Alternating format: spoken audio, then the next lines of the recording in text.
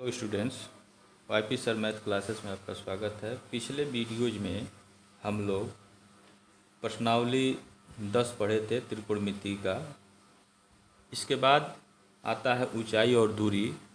यह आपके 2021 के बोर्ड परीक्षा के कोर्स से निकाल दिया गया है, तो इसलिए हम लोग अब इसके अगला प्रश्नावली पढ़ेंगे। अगला प्रश्नावली ये दिया हुआ है 12, अध्याय 12 पढ़ेंगे। किसी भी परिमाण के कोणों के त्रिकोणमिति अनुमान। ये प्रश्नावली 12 है, यानी परिक्रमी रेखा दिया हुआ है और वह किस पाद में होगा, यही हम लोगों को पता करना है। तो इसमें कुछ सवाल एक आध को पूछे गए हैं बोर्ड में, तो देखें इसका हल। और सभी छात्र आप वीडियो देख लेते हैं, आप सब्सक्राइब तो किए हैं, वीडियो को पूरा देखते हैं लेकिन लाइक नहीं करते हैं, तो प्लीज़ आप जो है वीडियो को लाइक करें और पूरा वीडियो आप देखें, आपके समझ में आएगा। कोई समस्या है तो आप कमेंट बॉक्स में करें, और नहीं भी समस्या है तो आप कमेंट अवश्य करें। तो प्रश्नावली 12 का देखें पहला सवाल। 330 एक और परिक्रमी रेखा किस पाद में होगी? तो आपको बता दें कि यह y अक्ष है, y डैश हो गया, और यह x अक्ष हो गया अक्ष। अब ये धनात्मक है, तो जब घड़ी के दिशा के विपरीत ये रेखा परिक्रमा करता है तो उसका मान धनात्मक होता है। यानी यहाँ x अक्ष से ये 0 डिग्री है, ये π/2 है, ठीक है। तो ये आपका पाई हो जाएगा और यह 270 हो जाएगा, यानी 3π/2 हो जाएगा। और फिर यह 360 यानी 2 पाई हो जाएगा। तो जब यहाँ से यह गुजरना शुरू करेगा ऐसे, तो ये धनात्मक होगा, ऐसे ये धनात्मक होगा। तो 330 कहाँ तक होगा? तो यह 330 देखिए, यहाँ 90 हो गया, 90 यह हो गया, और 90 यह 327 हो गया। 330 जो है आपका इसी चौथे में आएगा, इसी में आएगा। तो इस किस पाद में हो गया लिखेंगे? 330 डिग्री का कोण जो है का परिक्रमी रेखा चतुर्थांश में होगा। इसका हल यह होगा। और ऋणात्मक कब होता है? जब घड़ी के दिशा के में जाता है ऐसे। अब यहीं से x अक्ष से शुरू होगा, ऐसे ऐसे ऐसे जब घूमेगा तो ये ऋणात्मक हो जाएगा। तो इसका हल आप देखें, पहला देखें 330 डिग्री दिया हुआ है, तो आपने क्या किया, इसमें x अक्ष आपने बना लिया, y अक्ष बना लिया हमने। ये प्रथम चतुर्थांश हो गया, द्वितीय हो गया, तृतीय हो गया, फोर्थ हो गया। तो देखिए घड़ी के दिशा के विपरीत गया है तो ये प्लस हुआ है। तो 330 जो है आपका इसी चतुर्थांश में आएगा। तो इसका मतलब परिक्रामी रेखा जो है 330 डिग्री का, ये चतुर्थ पाद में होगा। बस यही बताना है। इसका फिगर ये दिया हुआ है, फिगर आप समझते हैं तो इसको कर सकते हैं। इसका अगला देखें, तो देखें इसका दूसरा धनात्मक है, ये भी धनात्मक है। तो आप उसी तरह से दूसरे और तीसरे को बिल्कुल कर सकते हैं, कोई अंतर नहीं है। जिस चतुर्थांश में मिलेगा उसको आप लिख देंगे कि उसका पाद उसमें होगा। चौथा ऋणात्मक दिया है, तो इसको देखें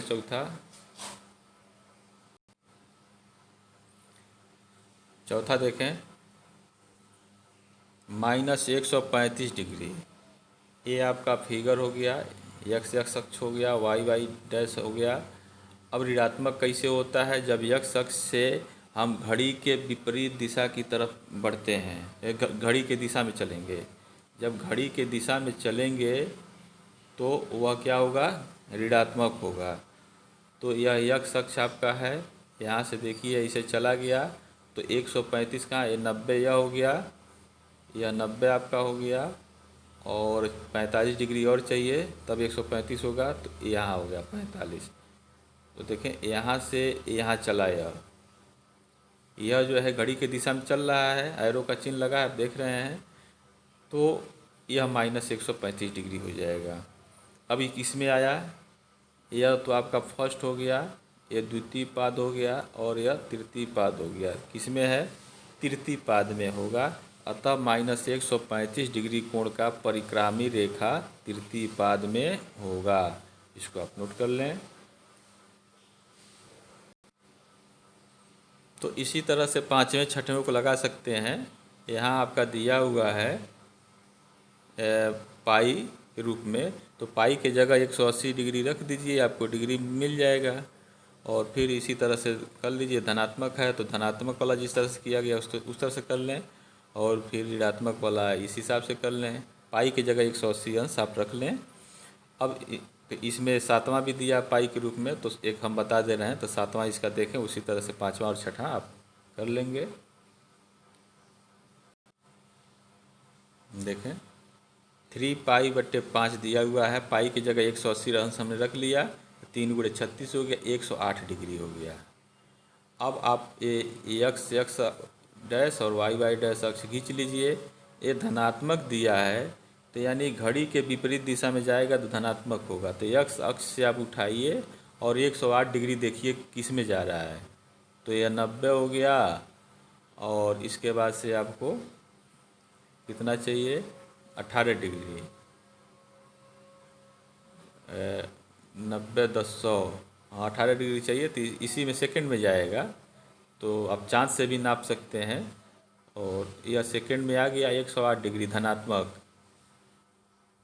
तो किस में होगा, अतः 3π/5 द्वितीय पाद में होगा। ये फर्स्ट पाद है और यह द्वितीय पाद है, यह थर्ड पाद है, यह फोर्थ है, इसको चतुर्थांश भी बोलते हैं। तो इसको आप नोट कर लें। इसका आठवां जो है, आप ये जो पहला दूसरा तीसरा धनात्मक दिया है किए हैं, तो इसको आप घड़ी के दिशा के, सुई के दिशा के विपरीत दिशा में जाएंगे तो धनात्मक मिलेगा। तो इसको आप स्वयं हल करेंगे। नौवां देखिए, निम्न में से कौन कौन त्रिकोणमितीय अनुपात धन होंगे, ये पूछ रहा है। देखें आपने तो अब जान गया कि अगर कोई कोण दिया है तो किस चतुर्थांश में होगा या किस पाद में होगा, इतना आप कर ले रहे हैं। अब इसके बाद आप देखें, अगर इतना जानते हैं तो फर्स्ट में आल पॉजिटिव होता है। कोई भी त्रिकोणमितीय आवे अनुपात तो सभी क्या होगा, पॉजिटिव होगा, सभी पॉजिटिव होगा। सेकंड में क्या होता है कि साइन और इसका उल्टा कोसेक, ये पॉजिटिव होता है, बाकी जितने भी हैं वो सेकंड में निगेटिव होते हैं। ये थर्ड पाद है, थर्ड पाद में टैन और इसका उल्टा काट धनात्मक होगा, बाकी सभी जो है ऋणात्मक होंगे। यह आपका फोर्थ पाद है, इसमें जो है कास और सेक, ये दोनों केवल पॉजिटिव होंगे, बाकी निगेटिव होंगे। तो इसे आप दिमाग में रखें। और फिर इसका देखें नौवां,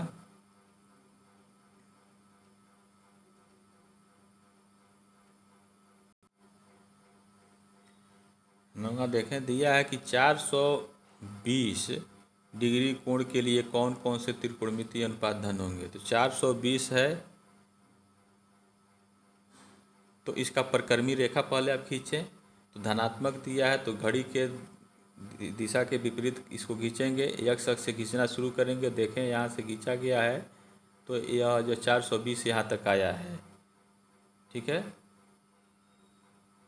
यह 9 9 180, यह 227, यहाँ तक आएंगे तो 360 हो जाएगा, और 60 और चाहिए, यानी इसी में जाएगा फर्स्ट में। यह किस में आ गया, फर्स्ट पाद में आ गया। तो फर्स्ट पाद में क्या होता है, सभी त्रिकोणमितीय अनुपात पॉजिटिव होते हैं, धन होंगे। तो इसका आंसर हो जाएगा 420 डिग्री कोण का परिक्रमी रेखा प्रथम चतुर्थांश में है, इसलिए सभी त्रिकोणमितीय अनुपात धनात्मक होंगे। इसको आप नोट कर लें। इसका 10वां, 11 और 12 यह बिल्कुल एक ही जैसे लगेगा। तो इसका 11 नंबर का प्रश्न आप देखें। देखें, -300 डिग्री कोण का परिक्रमी रेखा प्रथम चतुर्थांश में है। -300 ऋणात्मक दिया है, तो ऋणात्मक कैसे होगा? जब घड़ी के दिशा में जाएंगे आप, तब जो है ऋणात्मक होगा। तो x अक्ष से आप शुरू करें, यहाँ से देखिए, यहाँ से शुरू किया गया है, एरो का निशान लगा हुआ है, और यहाँ से 90 यह हो गया, 90 यह हो गया, ये 90 यह हो गया, 270 हो गया। और 270 में 30, 60 और चाहिए, 30 चाहिए, 30 चाहिए ना। तो 30 डिग्री खींच गया, तो किस में गया? फर्स्ट में आ गया। और फर्स्ट में जब आ गया तो ये सभी त्रिकोणमितीय अनुपात क्या होंगे? धनात्मक होंगे। तो इसको आप नोट कर लें। तो इसका 13 और 14 आप कर लेंगे, जहाँ ऊपर बताया गया उसी तरह से आप करेंगे। 15 नंबर का देखें क्वेश्चन, इम्पॉर्टेंट है, बोर्ड परीक्षा में पूछा है। काश ए का मान 3/4 दिया है, तो और ये भी कह रहा है कि जो कोण ए है वह द्वितीय चतुर्थक में है, तो साइन ए और टैन ए का मान आपको ज्ञात करना है। तो इसका हल देखें।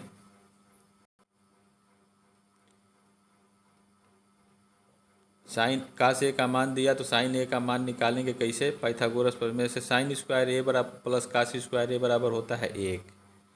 तो यहाँ से साइन स्क्वायर ए बराबर हो जाएगा 1 माइनस काश स्क्वायर ए। काश ए का मान रख करके वर्ग कर देंगे, तो इसका मान आ जाएगा साइन स्क्वायर ए बराबर 7/16।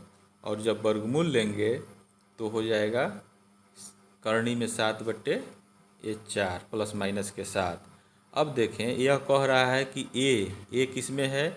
द्वितीय चतुर्थक में है। ये जो है द्वितीय चतुर्थक में है, आपके प्रश्न में दिया हुआ है। तो साइन द्वितीय में क्या होता है? साइन और कोसेक का मान धनात्मक होता है, बाकी ऋणात्मक होता है। तो यहाँ 2 चिन्ह दिया हुआ है, तो कौन सा चिन्ह लेंगे? धनात्मक वाला। इसलिए साइन ए का मान कितना हो गया? करनी में 7/4। अब आपको टैन ए निकालना है, तो टैन ए होता है साइन ए बट्टे कासे। तो साइन ए का मान आपका कितना? करनी में 7/4 आ गया, और कासे का मान आपका प्रश्न में दिया हुआ -3/4। 4 से 4 आपका कट गया, और इस तरह से करनी में माइनस करनी में माइनस करनी में 7/3 मिल गया टैन ए। यही आपका आंसर है, इसको आप नोट कर लें। और इस तरह से आपका प्रश्नावली समाप्त होता है। अगला प्रश्नावली अगले वीडियोज में हम लोग पढ़ेंगे, और सभी छात्र आप कमेंट अवश्य करें। Thank you very much.